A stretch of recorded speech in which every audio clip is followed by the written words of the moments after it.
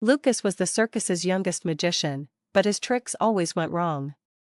Cards slipped, hats tumbled, and the audience laughed not in amazement, but in amusement.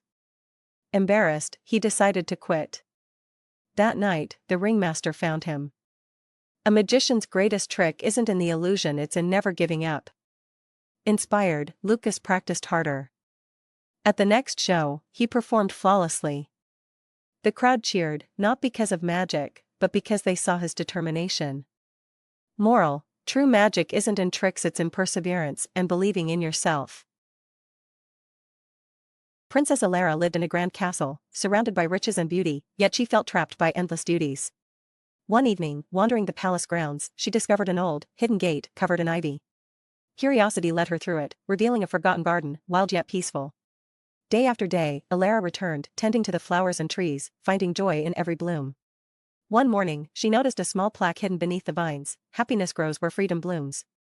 Alara realized it wasn't the crown that defined her, it was the moments she chose for herself. She returned to her royal duties with a new heart, remembering that true royalty isn't about wealth, but nurturing the beauty within and around you.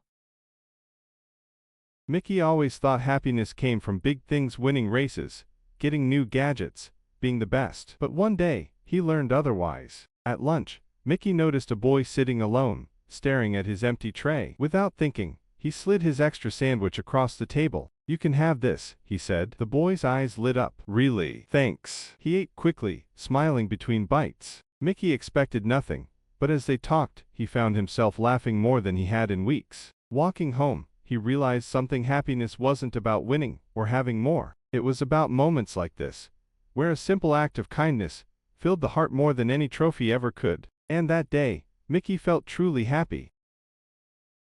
Rahi found a tiny seed on her windowsill. Curious, she planted it in a small pot, watering it daily. Weeks passed, but nothing grew. Disappointed, she nearly gave up. One morning, just as she was about to toss the pot, she noticed a tiny sprout. Excited, she cared for it, watching it grow into a beautiful sunflower. But just as it bloomed, a storm knocked it down. Heartbroken, Rahi thought all her effort was wasted.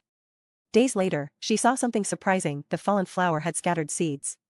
Soon, new sprouts appeared all around her garden. Rahi smiled, realizing growth takes time, patience, and even setbacks.